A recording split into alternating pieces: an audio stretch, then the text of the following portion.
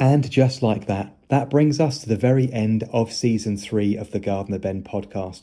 I really hope that you enjoyed the conversation with myself and Mark, and that you've enjoyed listening to all of the episodes that I've brought you so far this season. Don't forget, you can go back and listen to any episode that you like at any time. You can find the podcast streaming on Apple, Amazon, Spotify, and of course my YouTube channel. Please don't forget to get involved with the conversation on Instagram, YouTube, and on TikTok to make sure that you're following along to get the entire picture. There's loads of content coming from me every single day about gardening and, of course, roses. The Gardener Ben podcast will return to your ears on Monday, the 27th of April, and is brought to you proudly in association with Peterbilt's Roses, winner of 30 Chelsea Gold medals and creating timeless roses since 1968. Go online and shop at www.peterbiltsroses.com and make sure that you're following along on Instagram and TikTok. Until next time, happy gardening. So we are at the final episode of Series 3, and it is customary for me to be joined by my ever so long suffering husband Mark for these things. So, right, Mark, you're leading today. I'm not asking the questions, you are. Right, so I've asked these myself. I've not got these from AI, and that is genuine. And you'll be able to tell. Right, so first I want to be reflective for the first section. So what is something from the past year to 18 months that you have learned either about yourself or about the universe or about life? We're going in big and strong, are we? Yeah, it's going to be a bit like that, is it? Yeah. I've learned several things about myself in the last year or so. And I was obviously talking to that Glasgow witch about that just a couple of days ago, which is an episode for series 4. I have learnt to appreciate that I am enough. I have learnt to appreciate that the only expectations of me come from me, and I need to be a lot more realistic with those. The other thing I've learnt, which is probably the most difficult thing I've learnt in my entire adult life, and this is genuine, I mean this, is to sit still. That I cannot continue to emit and generate and post and create and work 365 days a year, 24 hours a day, non-stop. I have been using that coping mechanism to get rid of an awful lot of stuff that I don't want to deal with for a very, very long time, and it doesn't do you any good. So sitting still and being still in my own mind, still in my own being, still in my own space, appreciating my own space, that has been the hardest thing I think I've ever learned to do. And knowing that I have probably created enough work, literally I have created a bigger body of media than most people ever dream of creating, not only just in podcast episodes, but actually, literally I could not film another review, I could not film another piece of content, I could still post every day for the rest of my life, and there'd still be just too much. And as you know, this is something I've been working on as well, but so many times, even last night in the kitchen, I have to remind myself that no one's chasing me, no one's coming. I'm not chasing you, I'm not. No, but me, no, yeah. Well, no, sometimes I'm chasing you, but... But no, you know, there's no big event I'm getting ready for. There's nothing. We just seem to be both of us in the habit of chasing our tail. And even just the words that you're enough to be able to say that out loud, you wouldn't have been able to do that 18 months, 2 years ago, would you? No. Well, if I'm honest, I couldn't have done that 3 or 4 months ago. And I think someone even asking you to work on that would have made you uncomfortable. No, but that's where the 13 magical nights really was very magical for me, and actually for me just absolutely lovely to be able to entrust 12 things that I felt were unachievable into the universe for its control, and take care of those for me, just to be left with one magical night statement to work on felt doable and achievable, and for me it was a really lovely process. Especially, I was talking again to that Glasgow witch about even the physical release of burning those items and physically just allowing them to go. And yeah, that was really, really nice.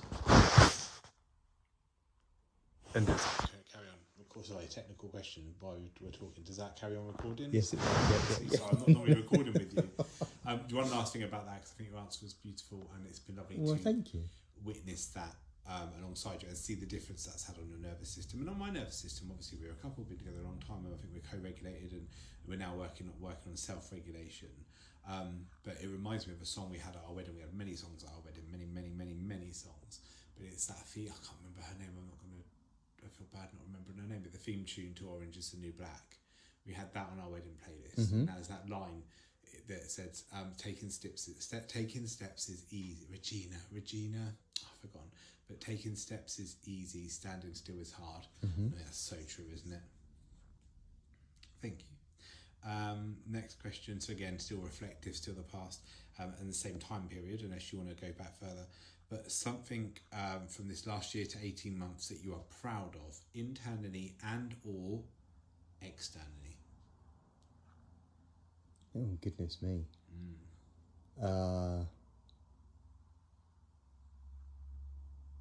Do you know? I don't know. Oh, you've got something there. Don't no, not at all. It. No, I'm proud that I finally made the move to do this full time. And I understand a lot of people will be rolling their eyes and screaming at their phones, or it's a very mention of that comes from a place of luxury and privilege to be able to do that. But you had been pushing me to jump for I don't know how long, 4 years, 5 years, and I hadn't done it. Kept making excuses that I couldn't do it. The time wasn't right. We couldn't afford for me to do it. Most importantly, we couldn't afford for me to do it. And that still is. I'm not saying that's changed, but having faith enough to just sort of actually say, no, right, okay, that I am good enough to do this. I have created enough work to do this. I've put myself in the right place to do this. I think that is the biggest thing I'm proud of. That was a hard thing to do, and trust that it will be okay. I mean, we equated this in our own world between you and me that actually, no, there is never a good financial time for somebody to give up work and actually go without a regular income. However, heterosexual couples manage to have unplanned children or even planned children without financial plans in place about how they're going to cope, and they have large changes in their financial situations. Not so much money comes in and more money goes out, and other people still cope. And we have made changes, and I've had to adapt, and things one or twice have got a little bit tough, but something has arrived, and that's been great. But it's also, I think it's really important you recognise privilege, and we always recognise privilege in everything that we do. So I think that's very valid. But also, it is a big faith. It is faith as well. But faith in our own ability to whatever comes up, we'll just deal with it and choose the best option and deal with it in real time rather than have all the answers. So don't think. We've also worked out that worrying about it doesn't actually change it. Exactly. And I think all that does is with me, and you've been very good with me, is allowing me to keep myself in a place of creativity, positivity, and keep me creating the stuff that I want to create, and using the voice that I want to use, and putting out into the universe what I want people to hear from me. And you've done a really good job of keeping me in that headspace, which is good. I mean, I've done that.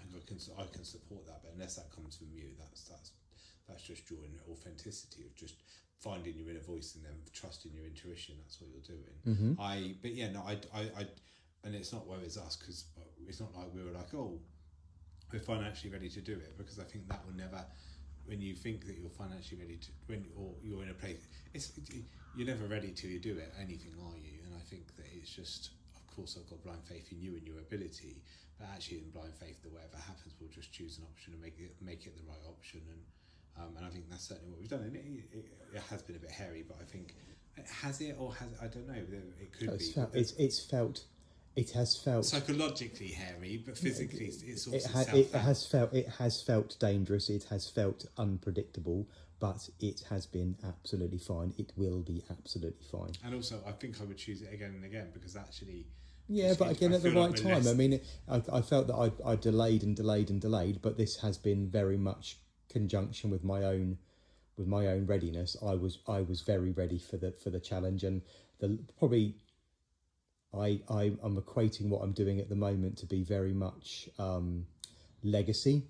I'm focused very much on the legacy of what I know. Everybody will be, again, when you're 45, I know, I'm aware of that, but I am laying down bits and pieces where that I would like to be remembered for, noted for, receive notoriety for, Bank of work, and this is for me. This is now a legacy point of view. I am creating a body of work that is absolutely it exists enormous out there that people can access at a library of work. Yeah.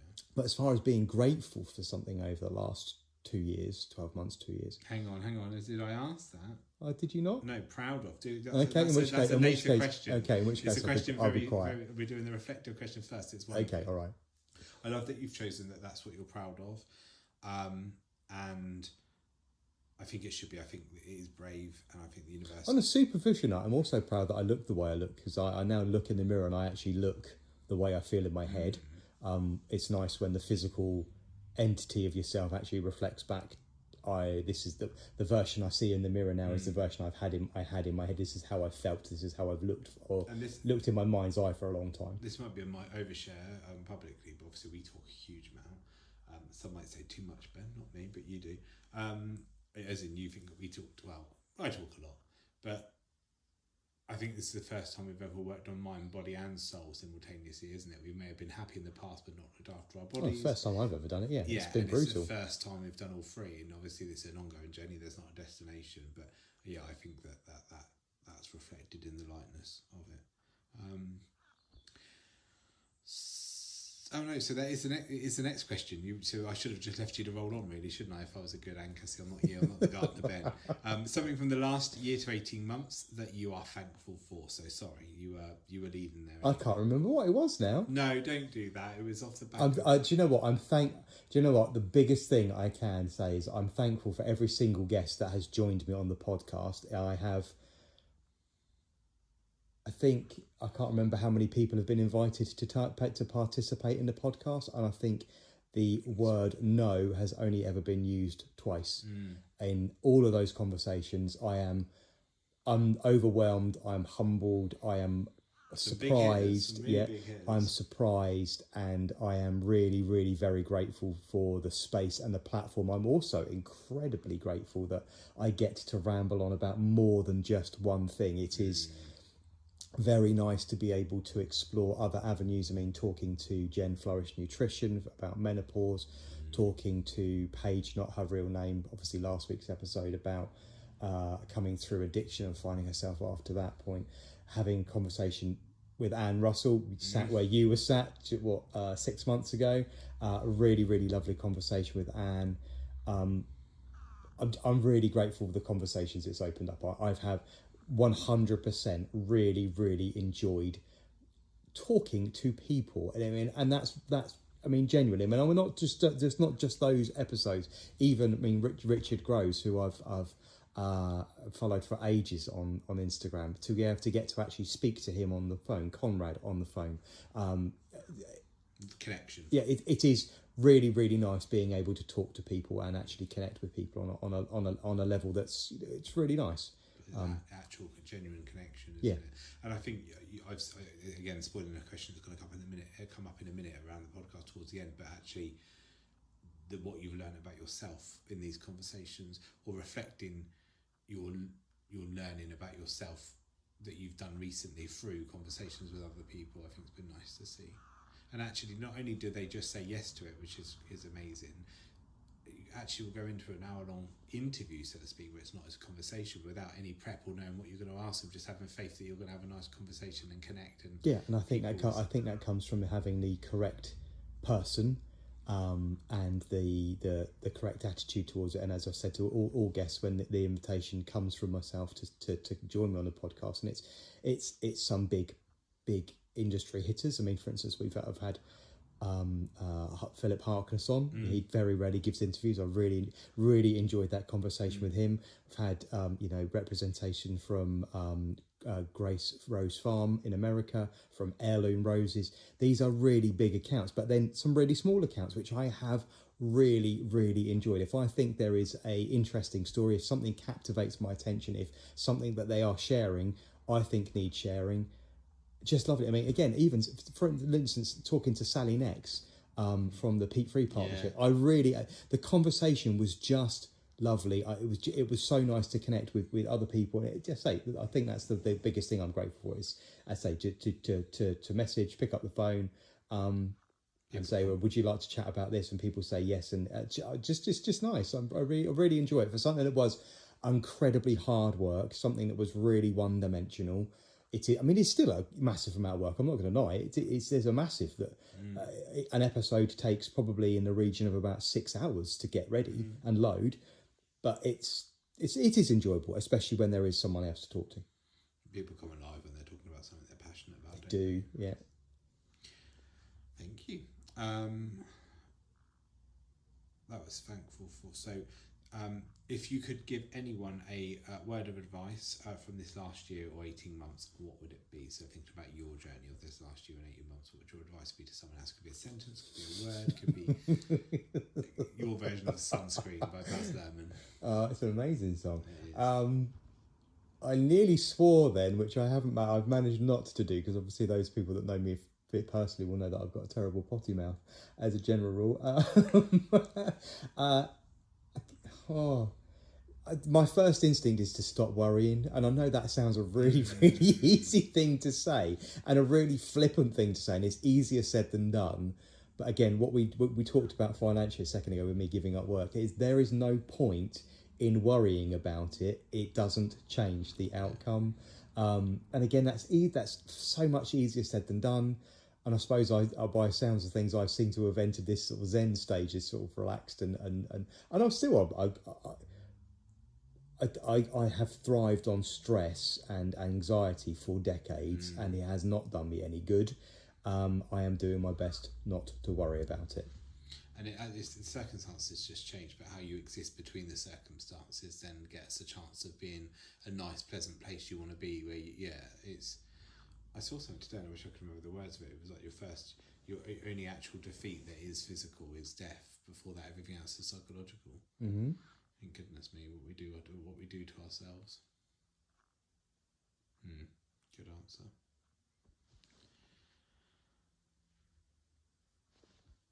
What habits or routines have had the biggest impact on your growth in this last year?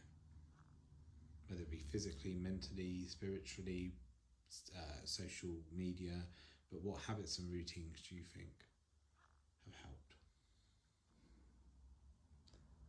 Okay,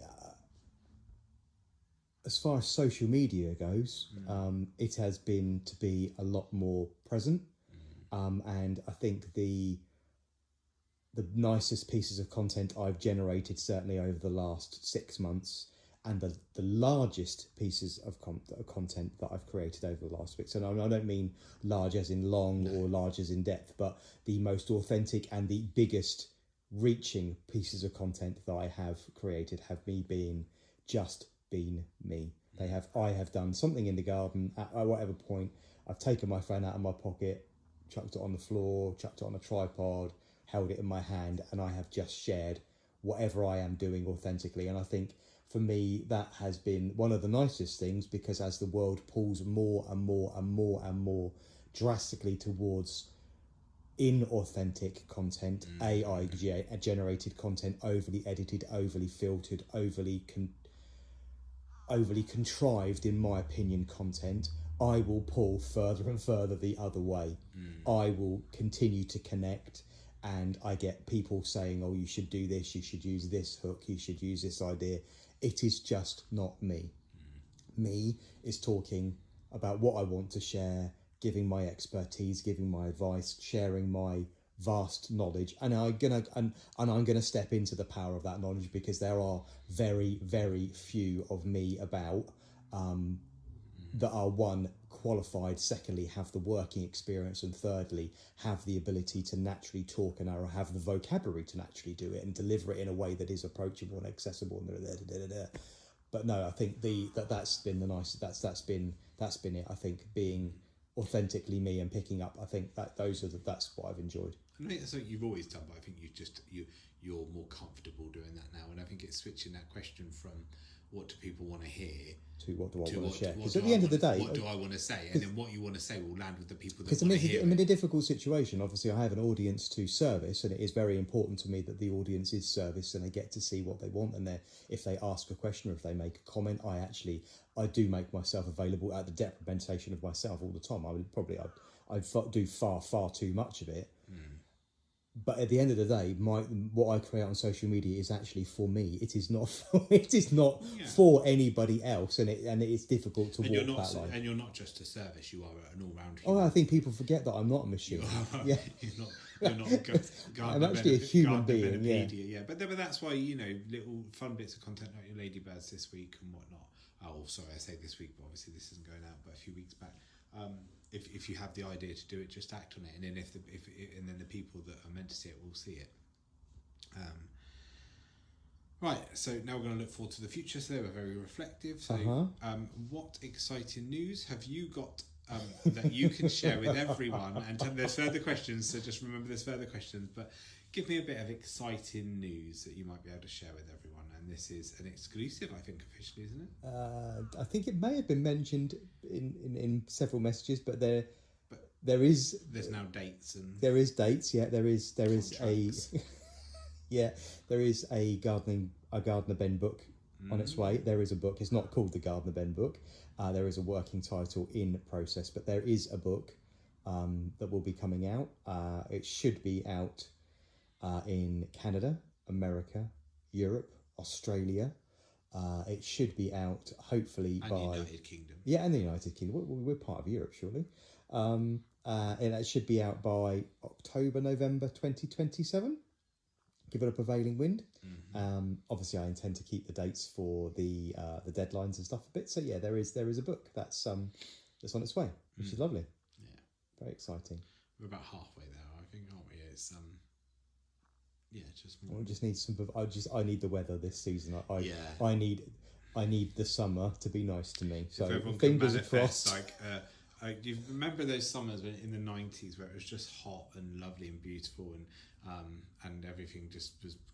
Even if I couldn't have the whole summer, if I could just have a month of June and a month of August, just fine, dry, decent light levels. I set the intention. I need an awful lot of photographs. I think everyone deserves it after this winter as well. It has been very dull. Wet. Yeah. So yeah. Okay. I mean, it's an exciting. If I can go off on a tangent again, it's going to be 2026 is a massive year anyway. I mean, we had scheduled me and manoeuvred me, and I had made myself available for it to be a massive year anyway. There are over 90 personal rose reviews from me this year. The body of work grows by another 50% this year alone. There is another 20 plus peonies for me to cover. There are another 30 companion plants for me to cover. There is a climbing plant series coming. There are 7 or 8 very large personal best of collections which will be reworked. Media wise, it was always going to be massive. There is me at not only helping at the setup of Chelsea, there is also me at Chelsea for probably 4 or maybe 5 days. There is badminton. There is the Sandringham Flower Show. There is BBC Gardeners World live at Bewley. My show season is massive this year. You've got with quite me. a few trips up to Peterbilt's planned throughout the year. Yeah, and the Festival of Roses at Peterbilt's. I mean, I will be making appearances in lots and lots of different places, doing lots of things, and I've decided I'm not going to say no to any of them. I'm going to do as much as I can. And a lot more video content for other people that is in the pipeline as well, isn't Yes, yeah, which is nice. So you kind of, again, that's my next question, because you just shared some big news that's coming up. Technically 2027, although it's going to be massively what you're doing in 2026. Ben's doing it in 2026. But the next question is, what is something you're looking forward to in 2026? You've just named all those wonderful things. So what am I looking forward to? There's loads, so don't feel it's just choose one. Oh, or two. Do Do you know what? I'm actually looking forward to finishing the area I'm re-landscaping here. I'm getting a little bit sick and fed up. But I only get, it sounds silly for somebody who doesn't have a job, but I only get really small windows of time to work on it, and it's taken what appears to be ages. But I'm so close to getting that area done. I am really looking forward to laying that area. I've done all the hard bits. We've done all of the clearing and the setting up and all the. I'm looking forward to digging the pond. It's kind of the final frontier of developing this. Plot, garden, yes, yeah. I think it was once upon a time a very good. Well, we turned it into a goose run, didn't we? We had the ducks and the geese in there, and then it was a wildflower meadow for quite a while and beautiful. But now there are so many roses, we've had to take that area. Looking forward to getting that physically planted and done. It's well, I thought you were going to name something else. So my next question was, what did you think? I didn't. Well, I thought it was going to be possibly the book, or possibly I don't know, Chelsea, or possibly like one of the trips that we've got planned. There's so much of it, but actually, so my next question was, then what are you looking forward to in the garden this year? So you have to choose something else for the garden now. So that's getting that bit. The actual doing done up there you're looking forward to. What's something else in the garden you're looking forward to this year? I'm looking forward to being able to grow a little bit more to eat this year. I know that sounds, again, a very... But last year, there were so many roses last year that we thought it would be easier to give up the vegetable and cutting garden. Well, I thought it, but no, it's not say we, because it was my decision to give up the vegetable and cutting garden and actually put all the roses in the ground in there. But all that did, unfortunately, is mean that we had a lot of roses and we couldn't grow any food. And I do enjoy picking bits, and mainly to be able to, it sounds awful, but to give to you for you. I know you love shelling peas and you love shelling broad beans, and I just love knowing on Sunday I'm roasting the chicken, and then you'll just go in the garden and get some French beans and some potatoes and just making it up. Yeah, exactly. Even if that's just 3 or 4 meals a year, which I'm looking forward to. I've got a little bit more space. We did do something. We've eaten a huge amount of chili jam, which is from chilies from your greenhouse. Massive amount of tomatoes. Huge amount. We've just finished that. Still working our way through pears. Pears, yeah, we've got pumpkin soup, we've done it. We've still got rose sugar out there for cocktails. Actually, I think there's enough to do one more glass of lemon on 2 glasses for a cocktail. So there's been bits of it in the house still, but it's just not as I think more fresh produce is definitely. And I think with the diet overhaul and nutrition overhaul that we've had, we are able to be a bit more reflective of eating within seasonality, but also just a bit more naturally with the rhythm as well. I think that should lend itself to that. What are you looking forward to in the garden this year? Okay. So this one is a bit of a gardening advice you could offer to people right now. A bit of gardening advice I could offer to people right now. A bit of gardening advice. Stop overthinking it. I thought you were going to be like, mulch! No. Again, I can say mulch. I don't know how many times I can say mulch. People still think it. That's what was going to be. No. People still ignore the fact that mulch can literally change their lives, and I can't say it anymore until I'm blue in the face. I mean, I will continue to say it because I think it's so important. But people just overthinking basic tasks. And again, I'm as guilty as the next person about doing it, overthinking it, but your knowledge has overplanning only it. come from having a go. Yeah, and then thinking that didn't work, so actually do it differently next time. Worrying about doing it, worrying about starting doing it, just for the love of everything that's good. Where do you think that comes from? I'm a procrastinator. No, not you. In general, where do you think people, in particular with gardening? I don't know, but some of the questions I get asked, people seem to get stuck on the same thing over and over. I can't. Let's equate this to you and me. When you were learning to drive, roundabouts seem to fry your head. Still do. Yeah, because there isn't one set rule for approaching a roundabout. They're all different. They all have different amounts of lanes approaching them. They have different amounts of exits coming off of them.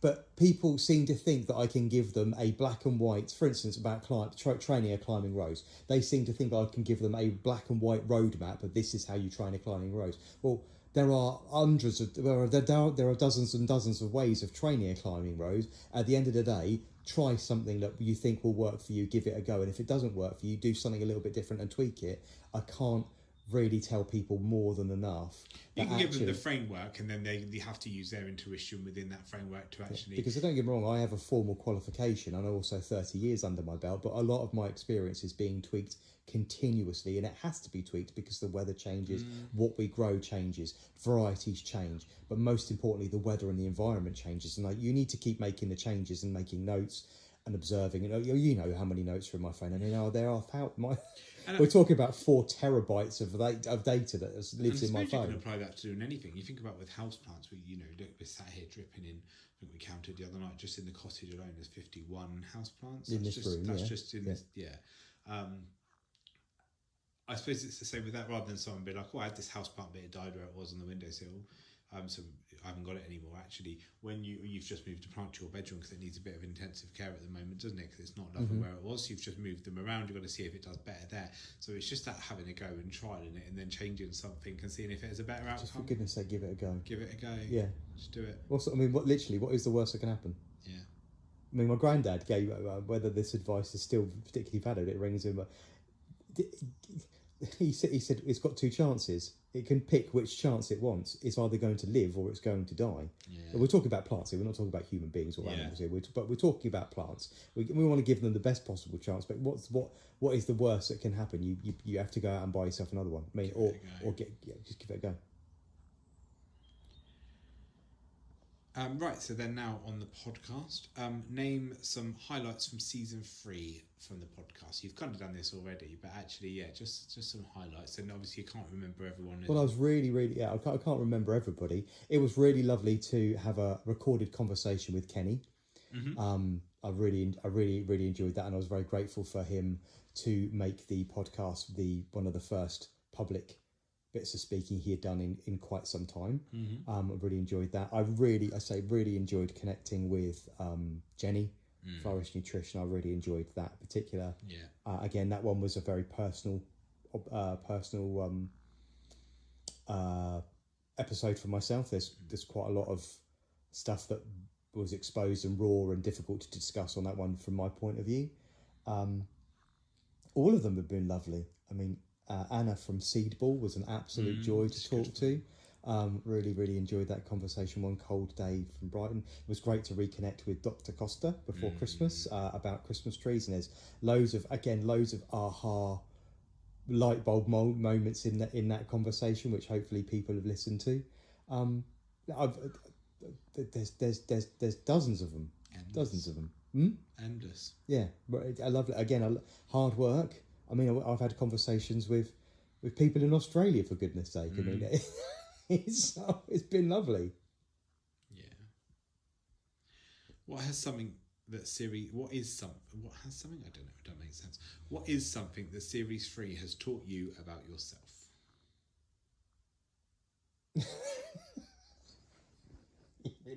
really going down this line now. No, well, it's a reflective question. A reflective comment. No, yeah. What's something you've learned about yourself? I think we've kind of already said it, really, haven't we? I believe I'm quite a good conversationalist. Mm-hmm. I think I'm quite shocked that I can go into quite so many conversations with people, and sometimes I'm better completely unprepared than I am prepared, and sometimes actually, although I am prepared with a basic framework of things I'd like to talk about and lead the conversation to, I think quite naturally I have the ability to have a conversation with someone and take the conversation where it needs to go, and I suppose become more confident in the craft. That's what I think. Yeah. I think it's that intuition that, okay, I'm going to go into a room and have a conversation. I'm not prepared, but I know my values and my beliefs. I know my areas of expertise. I know I'm interested in what other people have got to share, and you're going to naturally. It's that confidence in your own ability, isn't it? But I also think that comes from inviting people that you find captivating and interesting, and having conversations which I find interesting. And without being disrespectful, the conversations I'm having aren't conversations which other people have asked me to have. They're not people have never approached me, so I'd like to be on the podcast. Every guest is invited personally by me for a reason, and it's normally because I enjoy what they do, I enjoy what they're sharing, and I enjoy their interaction with the world, and I want to share that. So that's been Just talking about last week's episode, Mm-hmm. which was Paige. Yeah. Just thinking about that, you've recorded with Paige, and it was 2 hours and 15 minutes of continuous conversation, and it was never meant to be that long. But you between the two of you had created a safe space and a environment that you could just talk vulnerably and openly, and let it go where it needed to go. And I think that your ability to do that. Again, her reasons for joining me on the episode were correct, and they were personal to her. She wants to reach just one person that could benefit from hearing her story and benefit from hearing her journey.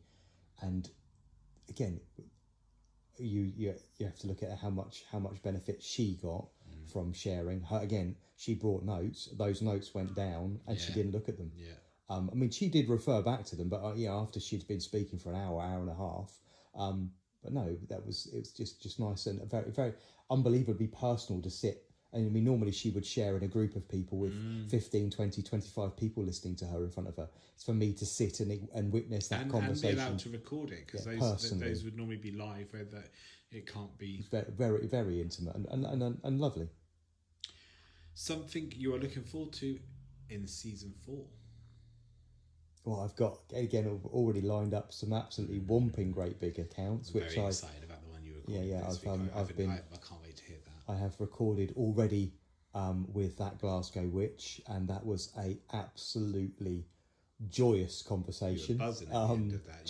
You were smiling. Absolutely lovely. Again, when you find a content creator that you're drawn to that emits a certain energy, she's mesmerising. When you then witness that energy and that connection personally, which is I suppose in my own way I really strive to hopefully achieve when I'm creating my media, being authentically me, approachable, and all of the qualities. The same connection.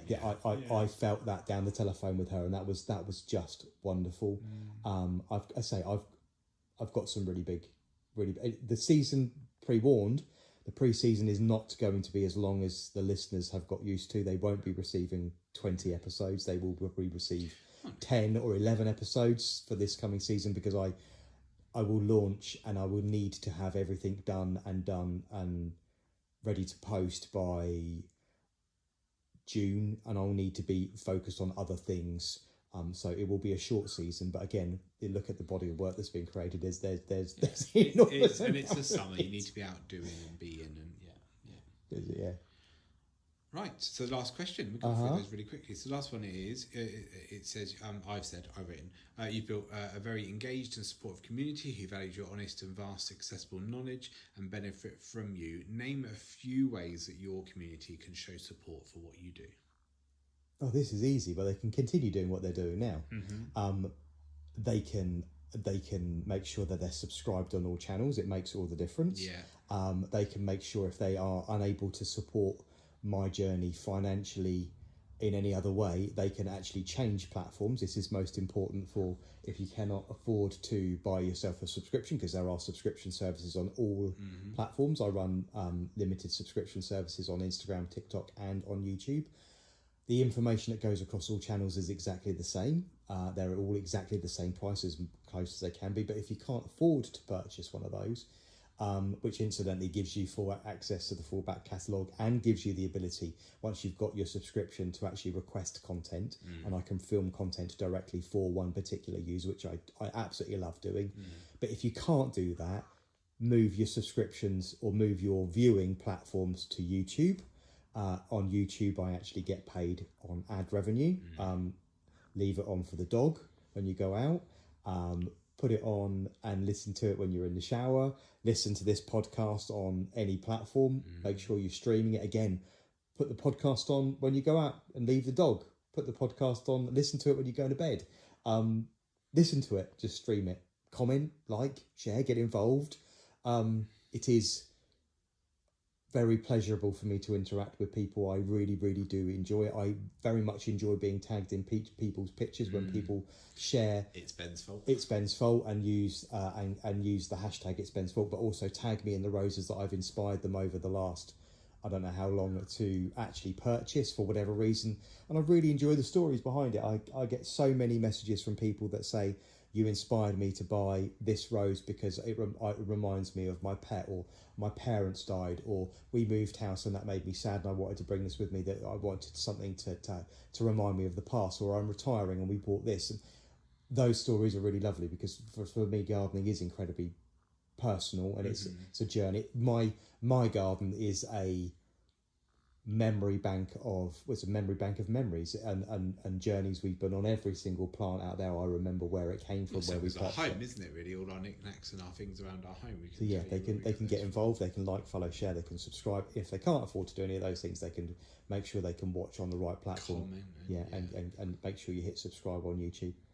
Again, it's a bit strange because I've now sat here with a very, very large number of views. My views are massive, but my subscriber numbers on YouTube are incredibly low, which means the account is very, very unbalanced. I mean, 5 million views versus 23,000 subscribers. That means, I think off the top of my head, every subscriber's watched 300 videos. Probably. And in terms of terminology, subscribers on YouTube is not paid for. You can become a member, can't you? You just have to follow the account, like you do on Instagram. And I think that's sometimes people think, he wants me to subscribe on it. And for longer formatted content, YouTube works very much better. The search engine there is much more powerful. The playlists are all created there, and I spend a lot of time creating the playlists so they're easy to access, they're easy to find, they're easy to watch in at a fingertip. I'm not saying I get frustrated by it, but people will quite often say, "Oh, where is this? Where is that? Where can I find it?" So, well, have you actually gone to YouTube and typed it in? Just type in whatever you're looking for, followed by the Gardener Ben or Ben Hamilton Anderson, and you can guarantee there is a video from me that will pop up, because there is masses of it. There's vast quantities of it. That's my last question. Is it? What a nice way to spend a Sunday afternoon, though, interviewing your spouse on a Sunday afternoon on a sunny sofa. I don't know. It's quite nice. It's sorry. It's quite a nice thing to do, and delivery person hasn't disturbed us, which is good. I haven't prepared anything, and you haven't prepared anything. Any questions for me about you, I guess? No, I haven't prepared anything at all. No questions. I'm on the interviewer. Yeah. I'm on the other foot today. That's it then from me. All right. Gosh. So season 3 concludes. Season 4 launched somewhere in April. I haven't quite decided somewhere. yet. No one held them accountable for that. and only 10 episodes. I wouldn't mind a month off. A lot going on in March. Yeah. All right. Wonderful. Bye. Thank you. Hello there, and welcome along to Series 3 and Episode 20 of the Gardener Ben podcast, which is brought to you in association with Peterbilt's Roses, winner of 30 Chelsea Gold medals and creating timeless roses since 1968. Go online and shop at www.peterbiltsroses.com. Welcome along to the very final episode of Season 3. The Gardener Ben podcast will be taking a short break, but we'll be back with you on Monday the 27th of April for a much shorter and condensed season. This season I've had the absolute pleasure in bringing you over 20 really interesting and dynamic conversations on subject matter from all over the world. We kicked off with a conversation with Jen Flourish Nutrition, focusing around the menopause and, of course, nutrition. We then headed across to America, where I spoke to Robin from Heirloom Roses. It was then time to head back to the UK and have afternoon tea with TikTok sensation Anne Russell. I then got to share with you a personal conversation with a close friend of mine, Kenny, from Raybold and Wild, who's the horticultural director at Covent Garden. Entering November, it was time to bring you a bare root rose special with the head gardener Matt from Peterbilt's Roses. I then headed up to Scotland for a conversation with Ethan, who is a Chelsea Gold Medal winner. I was then able to bring you my furthest flung conversation to date when I got to speak to Chloe from the Gold Coast Rose Association in Australia. As Christmas loomed, it was once again time to speak to Dr. Costa and bring you an allergy special so focused around Christmas trees and artificial Christmas trees. Next up was an incredibly important conversation with Sally Nex from the Peat Free Partnership, bringing awareness to the fact that the horticultural industry is still licensed to use peat from peat bogs here in the UK. I then had the absolute pleasure in heading up to Hitchin, just outside of London, to have a conversation in person with Philip Harkness, the 5th generation of the Harkness family to be at the head of the Harkness Rose Company. Then it was back down south and a visit closer to home when I got to speak to David Long from David Long Garden Designs, followed by a really lovely conversation with Conrad, that botanic guy on Instagram, who like me is absolutely obsessed with tropical foliage and tree ferns. After joining me in season 2, I wanted to have another catch up with Katrina and Clayton from Building a Food Forest Scotland to see how they were getting along with growing their own food up in Scotland. Next up was an in-person conversation with Nicola from Soulful Wisdom Academy about Reiki healing and spirituality here in the New Forest. I then had the absolute pleasure in talking to Charles Carr from the Hillier Garden Centre Group, who talked us through the complications of growing completely without peat and how they bring on enough stock to keep all of their garden centres packed full of wonderful stock 365 days of the year. The Gardener Ben podcast then headed down to Brighton to catch up with co-founder of the company Seedball. Next up, it was a personal favourite of mine on Instagram, Richard Grows, before I got to talk to Neil from the National Chrysanthemum Society, who has inspired me to once again give this wonderful group of cut flowers another grow in my garden. Then last week I was able to bring you a very personal conversation with Paige, not her real name. For the very first time I've had to change the name of a guest to actually protect her identity. Paige wanted to share with you her journey and road to recovery after becoming an alcoholic. This particular season has been wonderful and incredibly varied, particularly interesting for me to record and bring to you, and I want to extend my personal thanks to every single one of my 20 guests for being so generous with their time and sharing their passions and of course their time with you all. I have already lined up some absolutely amazing guests for season 4, which as I say will kick off on Monday the 27th of April. That particular season will be a little on the short side, probably around 10 episodes, as the summer months are going to be incredibly busy here at North Lodge. Which brings me very nicely to this week's episode. It has become a little bit of a ritual for me to be joined as we open and close each season, for me to be joined on the podcast by my wonderful husband Mark, who also acts as editor-in-chief of this particular podcast. I hope that you enjoy the conversation that follows.